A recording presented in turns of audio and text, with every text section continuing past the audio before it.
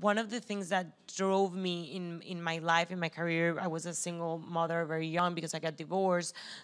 It was money. It's like I knew that I needed to have money and to feel like independent, to have control of my life. I moved to the United States looking for, for that dream to get money to be able to give my son a great college, trips, healthcare.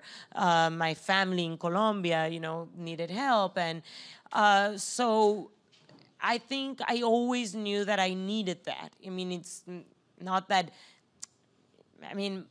it's not nice to say it, but you need money to do things. With love, I couldn't have taken my son to college with the love I had for him. So I had to make money, and I know for me, that's why it's so important that with this business, I am giving business to other women so that they can start their journey and help their family. So I was always like motivated by that, by having that safety net. I know how important it was for me to be able to create my own business. And now that I can, it's like, I have to, it's like I'm supposed to try to encourage other women to be able to empower them so that they can also be like free. I think you have to believe in what you're doing.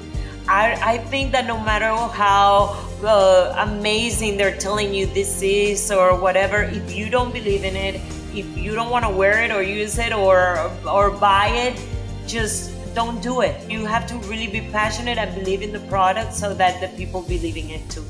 Not all of the adventures or ventures that I have started have come to a happy ending, but I've learned a lot from them, and that's the way how you keep growing. You keep trying new things until you hit something that goes. You have to not be afraid of getting involved and doing things. I don't think you go into your business or anything being, I'm going to be a role model. I did always wanted to be a role model for my son and for my niece, for example.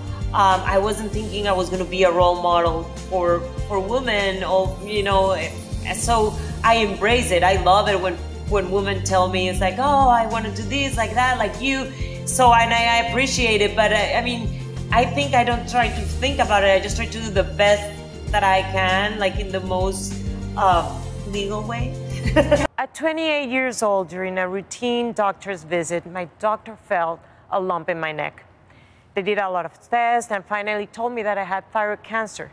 When you're young and you hear that word cancer, your mind goes to so many places.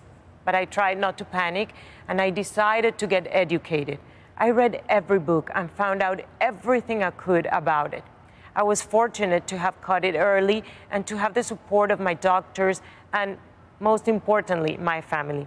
I learned a lot during that time, not just about thyroid cancer, but I also learned that in times of crisis, we're better together.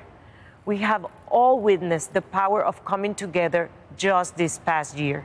Scientists around the globe collaborated in unprecedented ways to develop the COVID-19 vaccine in record time. Human rights activists took to the streets all over the world to support social justice and equality. And people everywhere step up to support small businesses and entrepreneurs in their communities. We're better together. And if we're going to end cancer, it's going to require a team effort. And so we had to take it out. And it's hard because when you don't feel symptoms, it's a difficult choice, to go through all this process, because it's not like you have a pain, or please operate immediately, or please give me this treatment when you're uncomfortable. I had nothing, so I had to go through all this without any symptoms. So they removed my thyroid, and I've been, without a thyroid for 10 years and taking medication for it. How did you tell your young son that you had cancer? Well, always when they tell you the word cancer, I think it's very dramatic. And I think the most important thing is to be educated on it so that you can know what to do. And then that's how I approach it. I told my son, I have this, but I didn't make it like a big deal because, I still had to go through the process of fixing it to see if it was going to get fixed. And I guess if it was going to be something bad, I wouldn't tell him. But, I just told him I'm sick, I have this cancer, but it's very curable. So when the thyroid is removed, everybody, you become hypothyroid, which is what you are now. You're missing a hormone, and that's the key hormone that regulates your metabolism. People can gain weight. Sometimes they don't think the same way. So how has it affected you physically? Well, I have to say that I've been very, very lucky. It's better than any cancer because actually you can take it out and live with something that appeal, that is creative to replace what their body produces.